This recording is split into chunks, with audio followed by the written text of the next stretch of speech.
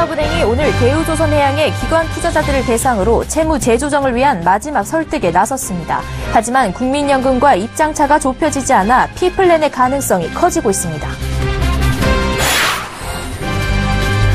어제 무트로 올라온 세월호가 오늘 선체 훼손이 우려되면서 이송 작업 중 멈췄습니다. 해양수산부는 내일 오전 세월호가 이송을 멈춘 자리에 거치를 완료한 뒤 선체 위해도와 안전도 검사를 진행할 예정입니다. 신선식품을 온라인으로 구매하는 소비자가 늘고 있습니다. 온라인 판매업계는 신선식품 판매를 강화하며 소비자 잡기에 나섰습니다. 문재인 대선 후보가 중소벤처기업 육성을 주요 정책과제로 제시하며 중소기업부 신설을 공약으로 내걸자 중소기업계의 기대감이 커지고 있습니다.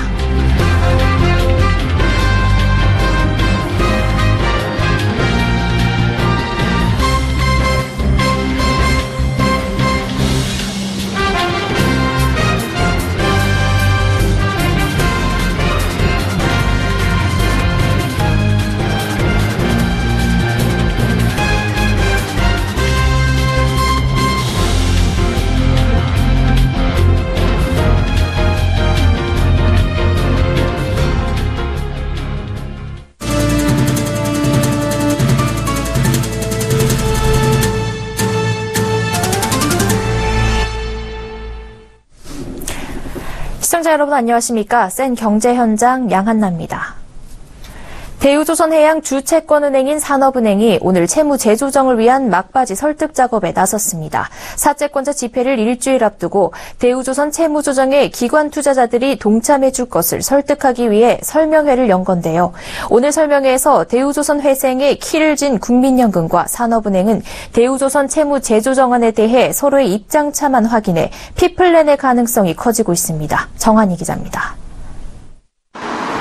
산업은행은 오늘 오전 기관 투자자 32곳을 대상으로 경영정상화 추진 방안 설명회를 열고 대우조선해양 채무 재조정을 위한 마지막 설득 작업에 나섰습니다.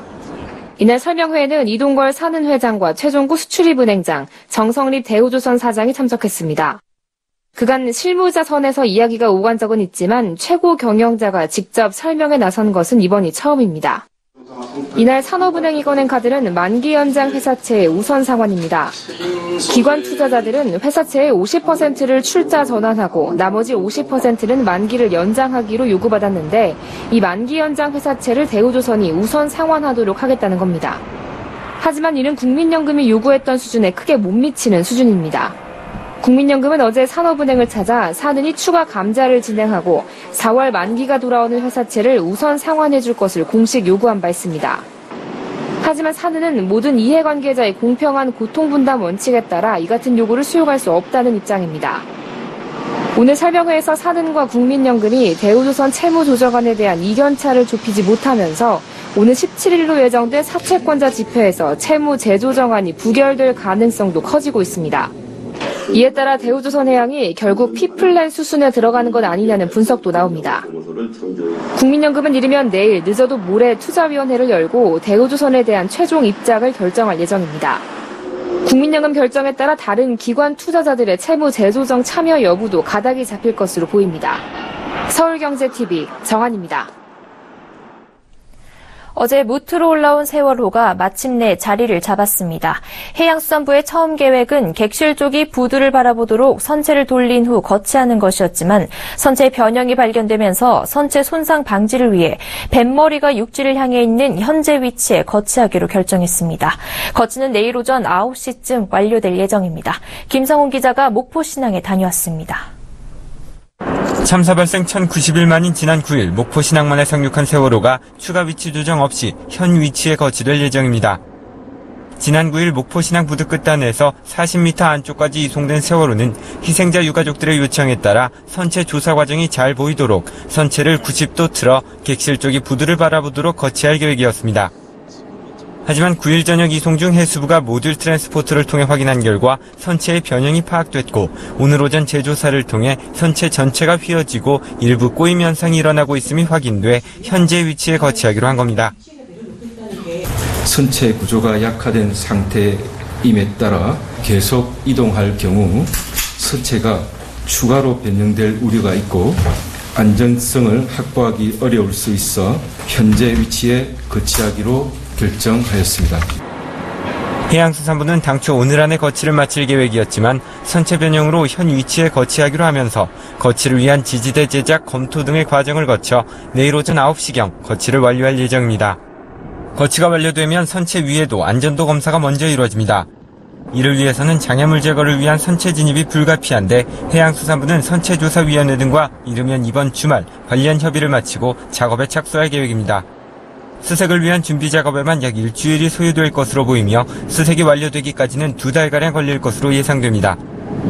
세월호가 드디어 무트로 올라왔지만 3년간의 침식으로 선체가 많이 약해진 상황입니다. 수색 과정에서 또 다른 피해가 발생하지 않도록 안전에 만전을 기해야 할 것입니다. 서울경제TV 김성훈입니다. 최근 과일과 고기, 생선 등 신선식품을 온라인으로 주문하는 소비자들이 늘고 있습니다. 이에 온라인 판매업계가 신선식품 소비자 잡기에 나섰습니다. 이보경 기자입니다.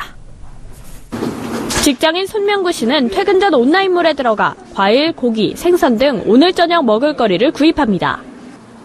아무래도 주중에는 그 회사를 이제 다니다 보니까 이제 시간이 많이 없더라고요. 이제 퇴근을 하고 가면은 이제 마트가 다 닫아 있고 해서 이제 인터넷 쇼핑몰을 많이 이용해서 신선식품을 많이 구입하는 편입니다. 최근 고기와 해산물 등 신선식품에 대한 온라인 소비가 늘어나고 있습니다. 실제로 G마켓의 경우 신선식품은 5년간 매년 평균 15%의 성장률을 보였습니다. 그러나 작년에는 한 해 동안 신선식품 판매가 전년 대비 27%나 증가했습니다. 신선식품만큼은 직접 눈으로 확인하고 사야 한다는 인식이 깨진 것입니다. 이에 따라 업계에서는 신선식품 사업을 강화하고 나섰습니다. 신선식품 시장은 급성장하고 있는 데다 고객 충성도가 높고 구매 주기도 짧아 방문 빈도도 높일 수 있다는 이점까지 있기 때문입니다. 우선 업계는 신뢰도 높이기에 나섰습니다. 상품의 생산자가 누군지 어떤 환경에서 어떻게 재배되는지 확인할 수 있게 정보를 제공합니다. MD들이 소비자를 대신해서 꼼꼼하게 엄선해서 판매하고 배송까지 책임지는 자체 브랜드들을 론칭하고 있습니다. 또 온라인 신선식품 시장에서 판매한 식재료를 활용해서 만들 수 있는 음식의 레시피 정보를 제공하는 등 콘텐츠 강화에도 나서고 있습니다. 이 밖에 티몬과 이마트몰 등은 자체 신선식품 물류창고까지 구축하고 있습니다. 서울경제TV 이보경입니다. 문재인 더불어민주당 대선 후보가 재벌 중심 경제 성장이 한계에 다다른 만큼 산업 구조 개혁을 이뤄야 하고 그 중심에 중소벤처기업이 있다고 강조했습니다.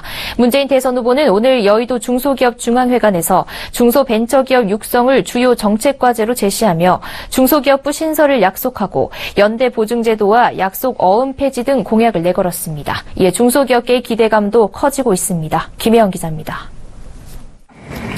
일자리가 만들어지는 성장, 노동자의 임금이 올라가는 성장, 분배가 공정한 성장을 만들어야 합니다. 그 핵심은 바로 중소기업 육성입니다. 문재인 더불어민주당 대선 후보가 중소벤처기업 중심의 경제구조로의 전환을 강조하며 이를 위한 5대 공약을 제시했습니다. 우선 중소벤처기업부 신설을 내세웠습니다. 현재 중소기업 업무는 중소기업청, 교육부, 미래창조과학부 등으로 나눠져 있습니다. 이를 중소기업청을 격상시켜 한 부서로 관련 정책을 총괄하겠다는 겁니다. 즉 기존의 입법 발의권과 부처 간의 행정조정권이 없어 정책을 추진하는 데 어려움을 겪었던 부분을 해결한다는 방침입니다. 채용 부담을 덜어주는 이른바 추가 고용지원제도 신설도 약속했습니다. 중소기업이 청년을 정규직으로 채용하는 경우 2명 신규 채용 후 세 번째 채용 직원의 임금 전액을 정부가 3년 동안 지원하겠습니다. 1년에 5만 명을 지원하여 청년 정규직 15만 명을 정부가 중소기업에 보내드리는 그런 제도입니다. 중소기업의 줄도산을 초래하는 구조적 문제로 꼽히는 약속어음 연대보증제도 폐지도 내세웠습니다. 약속어음 제도를 단계적으로 폐지하겠습니다. 약속어음 단계적 폐지는 중소기업을 자금난 악순환에서 벗어날 수 있게 하는 첫걸음입니다. 또한 중소기업인들의 발목을 잡아온 연대보증제의 올가미를 완전히 폐기하겠습니다. 즉 중소기업 성장을 가로막는 적폐는 반드시 청산하겠다는 겁니다. 또 납품단가 후려치기, 부당 내부거래 등 대기업의 횡포로부터 중소기업을 보호하기 위한 위원회를 설치해 대기업과 중소기업 간의 공정거래 확립을 유도한다는 계획입니다. 서울경제TV 김혜영입니다. 문재인 더불어민주당 대선 후보는 박원순 시장과 함께 다음 정부를 만들겠다고 밝혔습니다. 문 후보는 오늘 서울시청에서 박 시장을 만나 지난 5년간 박 시장은 혁신과 소통의 서울시정 성과를 보여줬다며 서울시의 검증된 정책과 인재를 최대한 활용하고 싶다고 말했습니다. 문 후보는 또 촛불 집회가 평화롭고 안전하게 끝난 건 박 시장과 서울시의 공이 대단히 크다며 정권을 교체하면 서울시와 함께 촛불 시민을 노벨 평화상 후보로 추천하겠다고 덧붙였습니다. 이에 박 시장은 서울시가 성취하고 실험한 좋은 정책들을 다 가져가시라며 문 후보와는 사법연수원 동기로 지난 37년 동안 동지였고 현재도 동지이고 앞으로도 동지라고 강조하고 새로운 대한민국의 길을 문 후보와 함께 걷겠다고 말했습니다. 문 후보는 면담 직후 박 시장과 함께 촛불 집회가 열렸던 광화문 광장으로 이동해 국민과 함께 광화문 대통령 시대를 열겠다고 공식 발표했습니다. 삼성전자가 내놓은 스마트폰 갤럭시 S8이 예약 판매를 시작한 지 이틀 만에 55만 대의 실적을 기록했습니다. 역대 최고 성적이었던 갤럭시 노트7의 40만 대 예약 판매 기록을 갈아치운 건데요. 이 여세를 몰아 스마트폰 역대 최대 판매 기록인 갤럭시 S4의 7천만 대 기록을 깰 수 있을지 업계에 관심이 모아지고 있습니다. 보도에 정창신 기자입니다. 이동통신업계 조사에 따르면 삼성전자의 갤럭시 S8의 예약 판매가 55만 대를 기록했습니다. 지난 7일 사전 예약이 시작된 지 이틀 만입니다. 이 성적은 기존 스마트폰 예약 판매 최고 성적이었던 갤럭시 노트7의 예약 판매를 가뿐히 뛰어넘는 기록입니다. 갤럭시 노트7은 지난해 8월 6일부터 18일까지 13일간 실시한 예약 판매에서 약 40만 대의 예약을 받은 바 있습니다. 업계에선 이 기세가 이어진다면 삼성전자의 스마트폰 최대 판매 기록을 갈아치울 수도 있다는 관측도 나오고 있습니다. 삼성전자의 스마트폰 최대 판매 기록은 2013년 출시된 갤럭시 S4의 약 7천만 대입니다. 금융정보업체 FN가이드 조사에 따르면 국내 증권사들의 갤럭시 S8 판매량 예상치는 올해 4,300만에서 6천만 대 수준입니다. 업계에선 경쟁 모델인 LG전자의 스마트폰 G6의 판매량이 기대에 못 미치고 있고 애플의 아이폰 8이 당초 출시 계획보다 1, 2개월가량 늦어질 수 있다는 예상이 나오면서 갤럭시 S8의 호재로 작용할 수 있다는 분석입니다. 이동통신업계 집계에 따르면 지난달 10일 공식 판매에 들어간 LG전자의 G6 판매량은 6만에서 7만 대로 추산되고 있습니다. 여기에 미국 IT 전문 매체 밸류워크는 애플의 스마트폰 아이폰 8 출시가 당초 9월에서 한두 달가량 늦춰질 것으로 예상했습니다. 기존 아이폰은 스마트폰 화면에 LCD를 적용했지만 아이폰 8에는 OLED를 처음으로 적용한 데다 곡선형 OLED도 들어가 기술적 문제가 나타날 수 있기 때문입니다. 한편 갤럭시 S8의 초기 돌풍에 삼성전자의 2분기 실적에 대한 기대감도 커지고 있습니다. 지난 7일 삼성전자는 올해 1분기 영업이익이 약 9조 9천억 원을 기록했다고 밝혔는데 이는 2013년 3분기에 이어 역대 두 번째 실적입니다. 이 기세라면 영업이익 10조 원을 넘어 역대 최고 실적을 기록할 수 있을 것으로 예상됩니다. 서울경제TV 정창신입니다. 저축은행의 예금자 보호 한도 5천만 원을 넘어섰는데도 계속 예금하는 사례가 부쩍 늘었습니다. 저금리의 높은 이자 수익을 찾는 사람들이 늘어나고 저축은행의 실적이 좋아지면서 수신 규모도 함께 늘어난 것입니다. 앵커 리포트입니다. 저축은행의 예금자 보호 한도 5천만 원을 넘는 예금액이 2년 만에 115% 가까이 증가했습니다. 예금보험공사에 따르면 작년 12월 말 기준 전국 저축은행 79곳에 총 342만 명의 예금자가 45조 1922억 원을 예금했습니다. 이 중 4,800명은 5천만 원을 초과해 6조 9,123억 원을 맡겼습니다. 전년보다 56.7%, 2년 전보다 114.9% 불어난 수치입니다. 전체 수신액에서 5천만 원 초과 예금액이 차지하는 비중도 2014년 말 9.9%에서 작년 말 15.3%로 5.4%포인트 증가했습니다. 저금리가 지속되자 은행보다 금리가 높은 저축은행에 돈을 맡기는 사람들이 늘어난 것으로 보입니다. 한국은행 등에 따르면 작년 12월 기준 1년 만기 정기예금 수신금리는 저축은행이 2.15%로 시중은행보다 0.57%포인트 높았습니다. 소비자들 사이에서 과거 구조조정 등으로 얻은 부실 금융기관이라는 이미지가 크게 개선된 것도 도움이 됐습니다. 하지만 5천만 원 초과 예금의 총액이 증가한 만큼 예금자 수도 함께 증가해 전체 1인당 5천만 원 초과 예금은 아직 증가하지 않았습니다. 이에 저축은행의 경영 실적이 좋아짐에 따라 예금액도 자연스럽게 증가한 것이라는 평가도 나옵니다. 저축은행의 영업이 활성화되면서 자산이나 대출이 증가하고 있고 그에 따른 수신이 확대되고 있어 5천만 원 초과 예금도 자연스럽게 증가하는 등 추세적인 흐름이라고 보고 있습니다. 저축은행 전체 79개사의 작년 당기순이익은 8,622억 원으로 전년보다 34.6% 늘었고 전체 이자이익은 25.3% 증가했습니다. 서울경제TV 양한나입니다. 국내에 진출한 외국계 은행들이 거둬들인 이익이 지난해 40% 가까이 급감했습니다. 금융감독원에 따르면 43개 외국계 은행의 지난해 당기순이익은 6,893억 원으로 전년보다 4,419억 원, 39.1% 감소했습니다. 바클레이즈와 골드만삭스, UBS 등이 줄줄이 국내 시장을 떠난 데다 저금리로 은행권 전반의 순이익이 감소한 영향입니다. 지난해 철수한 바클레이즈와 골드만삭스는 각각 380억, 139억 원 순손실을 받고 UBS도 199억 원 순손실을 냈습니다. 한국에서 상대적으로 싼 금리로 자금을 조달한 뒤 중국에서 운용해 높은 수익을 올렸던 중국계 은행들도 지난해 순이익이 전년보다 68% 급감하며 고전했습니다. 중국의 경기 둔화로 현지 자금 운용 시장이 축소된 탓입니다. 반면 국내에 진출한 외국계 저축은행은 선전했습니다. 지난해 순이익이 1,634억 원으로 1년 새 460% 급증했습니다. JT저축은행 등 일본계 은행들이 가계대출을 중심으로 영업을 확대한 영향입니다. 지난달 제조업종에서 취업자 수가 수출 호조에 힘입어 4개월 만에 늘어났습니다. 고용노동부가 발표한 노동시장 동향에 따르면 제조업 취업자는 지난해 12월부터 올해 2월까지 3개월간 감소세를 보였습니다. 그러나 지난달 제조업 취업자는 357만 6천 명으로 작년 동기에 비해 2천 명, 2.2% 늘어났습니다. 3월 제조업종 고용시장은 수출 증가 덕택에 기계와 전자부품, 영상, 통신장비 중심으로 개선됐습니다.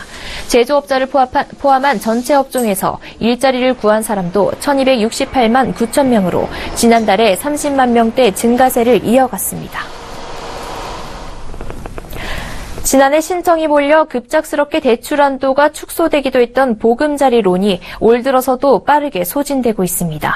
주택금융공사에 따르면 올해 1월에서 2월 보금자리론 신규 판매액은 4조 3,445억 원으로 작년 같은 기간보다 3배 가까이 늘었습니다.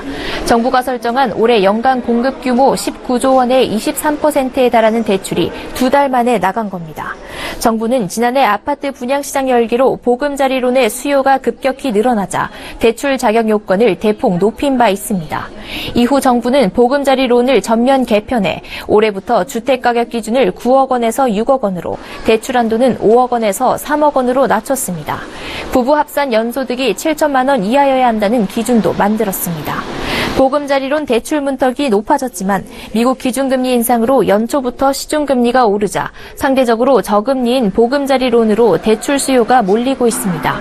올해 1월에서 2월 보금자리론의 대출금리는 연 2.85%에서 3.05%로 1월 은행권 주택담보대출 금리 3.03%에서 5.81%보다 낮습니다. 한국재정학회가 지난 2012년 전세로 거주하던 2,203가구를 대상으로 주거 유형 변화를 조사한 결과 3년 후 25%가량만 내 집을 마련했습니다.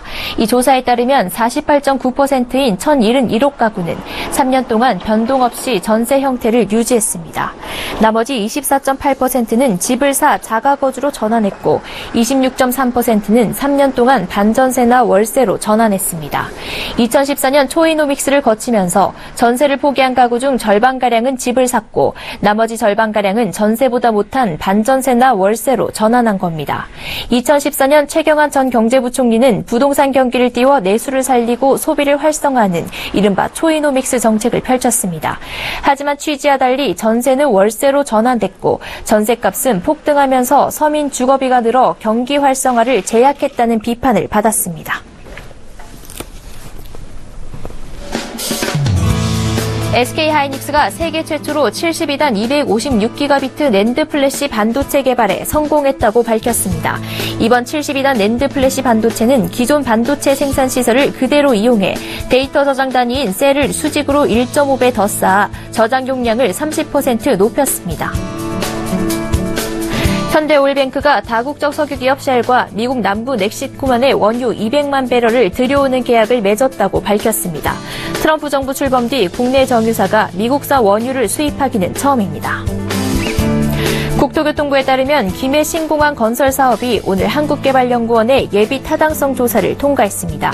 이에 따라 국토부는 사업비 5조 9,700억 원을 투자해 활주로와 국제선 터미널 등 공항시설과 도로, 철도 등 교통망을 건설해 오는 2026년에 개항할 계획입니다.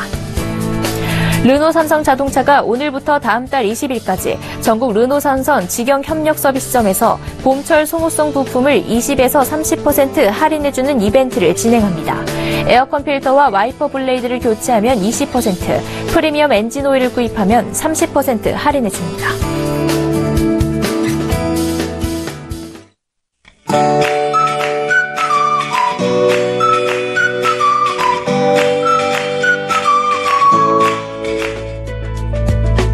안녕하세요. K웨더 라이프스타일 예보 소식입니다. 오늘도 봄을 만끽하기에 좋은 날씨입니다. 낮 기온이 20도로 웃돈 곳도 있었는데요. 내일도 포근하겠지만 이 서쪽에 있는 구름대가 점차 유입되면서 비가 오겠습니다. 내일 새벽이 되면 전국 대부분 지방에 비가 오겠는데요. 이 비의 양은 호남과 경북 남부, 경남, 제주도 20에서 40, 강원 영동과 충청, 경북 북부가 5에서 20mm가 되겠고요. 그 밖의 지역은 1에서 3mm가 예상됩니다. 이번 비는 저기압의 영향으로 내리는 건데요. 오전에 북서쪽부터 이 저기압의 영향에서 벗어나면서 오후가 되면 모두 그치겠습니다. 미세먼지 농도도 보통 단계가 예보돼 있어 비가 그친 뒤 퇴근길은 날씨로 인한 불편함은 없겠습니다. 자세한 지역별 내일 날씨는 나절 예보를 통해서 살펴보겠습니다. 중부지방 오전 중 비가 그치겠고 낮부터는 대체로 맑은 하늘에 기온도 서울 19도, 춘천 21도까지 올라 예년보다 2, 3도가량 높겠습니다. 동해안 지방 오후에 비가 그친 뒤 저녁부터는 세차 개겠고요. 낮 기온은 속초, 강릉 16도, 울진 15도로 오늘보다 높겠습니다. 남부지방의 비도 오후에 그치겠습니다. 한낮에 광주, 전주, 대구 18도까지 오르겠는데요. 오늘과 비슷하겠고요. 예년과도 비슷해 포근하겠습니다. 전해상으로도 비 소식이 있고요. 물결도 매우 높게 일겠습니다. 금요일에 중북부부터 비가 시작돼 토요일에는 전국으로 확대되겠고 기온은 예년 수준을 유지하겠습니다. 날씨였습니다.